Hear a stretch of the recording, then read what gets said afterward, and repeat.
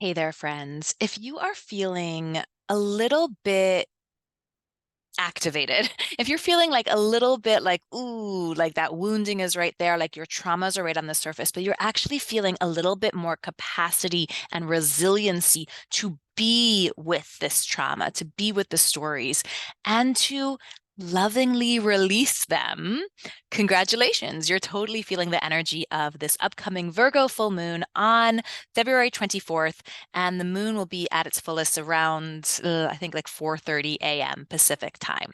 So, let's talk a little bit about this Virgo full moon because, as like with most full moons, it might have us a little emotional, but there's an interesting flavor with this full moon in particular, and it has to do with trauma. Now, I know that the word trauma in itself can be quite triggering. There's, big T trauma and little t trauma, but one of the things that really came forward for me when I was feeling intuitively into the energy of this full moon in Virgo was the recognition that when it comes to being alive, a human living here on Earth, like none of us are getting out of this life without trauma. None of us are going through life without experiencing some form of trauma. And of course, by no means am I trying to imply that all trauma is equal, that people's pain or their trauma. I'm not trying to minimize anyone's pain or minimize anyone's healing journey. All I'm saying is that there's a certain baseline that we humans have where accepting the fact that trauma is a part of life can actually benefit us long term. And this Virgo full moon has this kind of interesting relationship with trauma in particular. So when I was feeling into the energy of this full moon, I got this sense of release. And, full moons are always about this kind of illumination, this like heightened emotion, which then leads into the letting go, the release. We illuminate what is that emotion that's ready to be let go of. So it's very common that we kind of feel this like build-up of emotion around a full moon, illuminating for us what is ready for us to let go of. So when I was feeling in, I had this sense of like overwhelm around my own limiting beliefs, my own limiting thoughts, all the stories in the mind that go around and tell you why you still are not a good person or whatever it might be for you. For me, it's that. But there was this sense that came in of just kind of like breathing into it. And just as simple as it is to just exhale was a sense of like,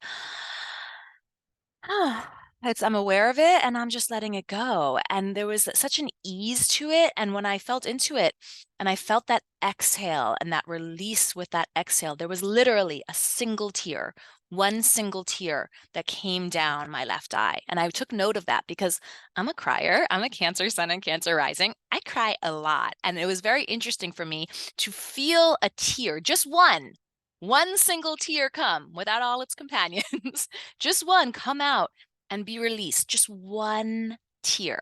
And as I felt this sense in my body of letting go, it wasn't paired with a big emotional release. It was more physical.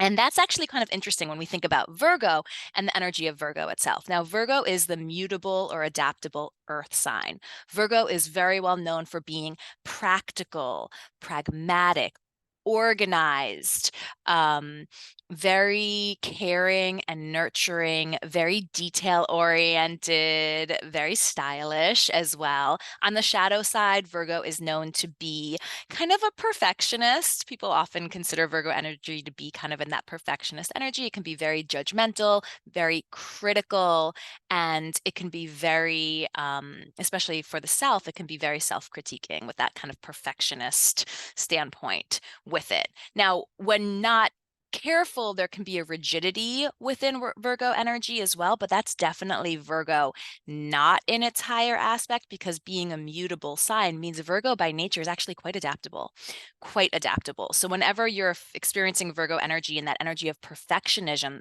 that actually feels rigid, please know that is the lower expression of Virgo, because Virgo in the higher expression really wants to be adaptable. So When we think about Virgo, we actually think a lot about our physical body and our daily kind of mundane practices for self-care and self-care for the mind, body, and soul. Virgo is very much associated with, caring for the self. And when we think about Virgo energy and how it impacts us in the body, one of the things Virgo can do in the lower expression is actually kind of try and bypass emotions by focusing a lot on details and criticism and things like that. Getting things really perfect is actually a way to like avoid feeling what we're feeling. So with this Virgo energy, we actually have this really beautiful invitation to be in our bodies, to be in our physical reality, to be even in more relationship with Earth and be in more awareness of what our relationship is with Earth. But what's interesting is that when we pair this Virgo moon with the Pisces season and the Pisces sun, there is this really interesting approach to us when it comes to how we can be with our emotional trauma, how we can be with the aspects of trauma that come out emotionally. And so with this Virgo full moon, we might at times feel a little bit resistant to looking at or being present with our trauma, even while we are feeling that trauma more activated within us. So the Virgo energy alone might actually have us feeling very resistant to feeling what the moon is actually drawing out of us to feel.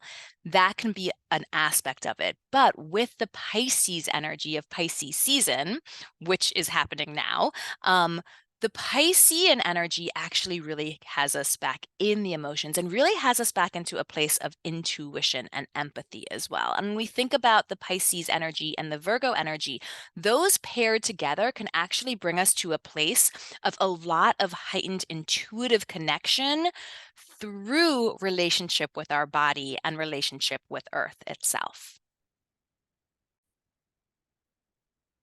So Pisces is the mutable water sign. Pisces is highly intuitive, highly empathic, highly imaginative, highly feeling, highly caring.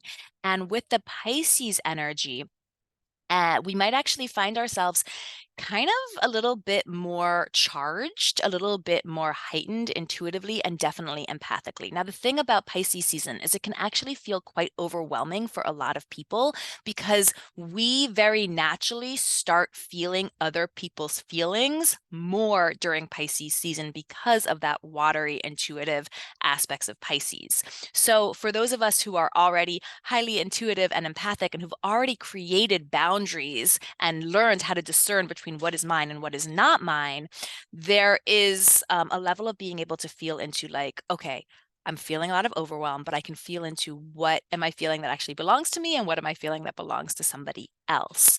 But when we haven't done that level of discernment, Pisces season can come in and it can just be so overwhelming as we all of a sudden can feel more sensitive to everyone's emotions and everyone's overwhelm.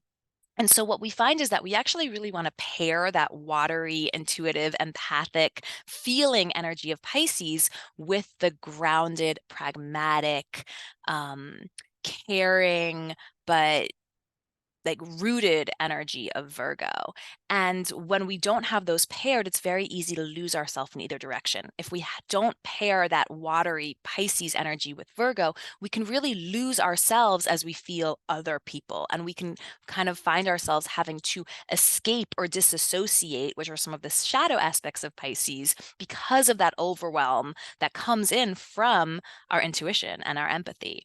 And if we are too much in the Virgo energy and we're not allowing ourselves to actually emote and flow and be compassionate with others as they're feeling certain ways as well, we can really get into a place of shutting down the heart space as we get into more judgment and criticism, both of self and other people, and really get to a place of not having a lot of care for others and ultimately not having a lot of care for ourselves either, and just really focusing on like mundane tasks and completing things and just perfectionism, but not actually feeling anything. And we're kind of in this like productivity for productivity's sake kind of energy, which also doesn't feel great. So we really want to match and pair and balance these energies to be in a place of compassionate caring, but staying in our own own energy.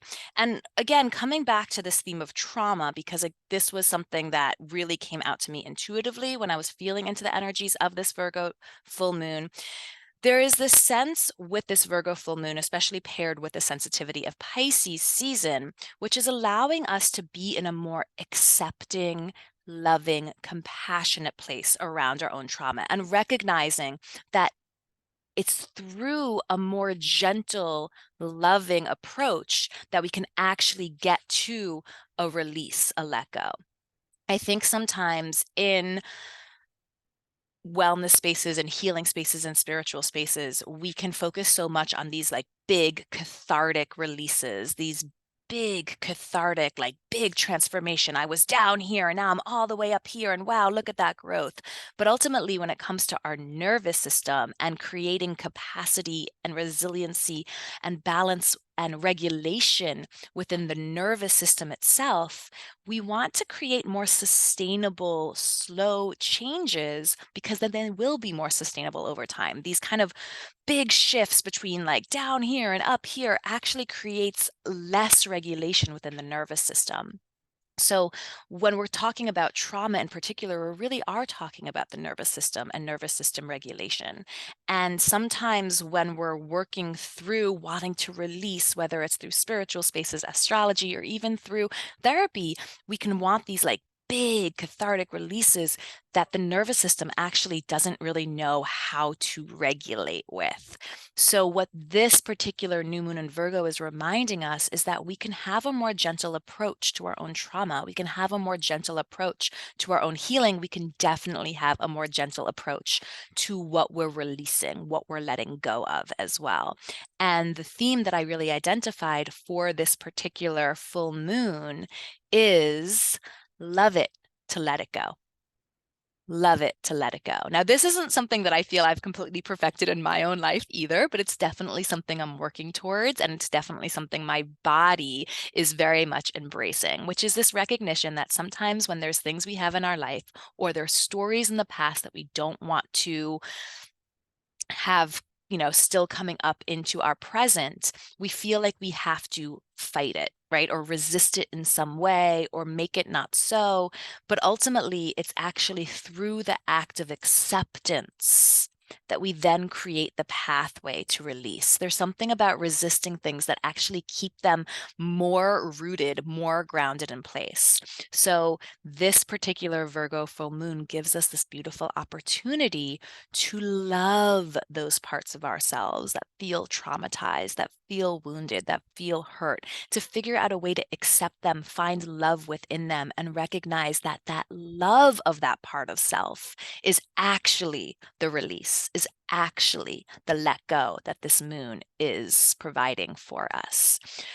When it comes to the astrology of the moon, I do know that Saturn is very involved. Saturn is also in Pisces during this particular full moon. There's a lot of Pisces energy. So Saturn is the planet of systems and structure. And so that might be kind of activated for us as well. If you want more about the astrology, or just more about the energies and working with the energies of this particular full moon, and if you're looking for some journal prompts as well, you can head over to my Moonblog by following the link below.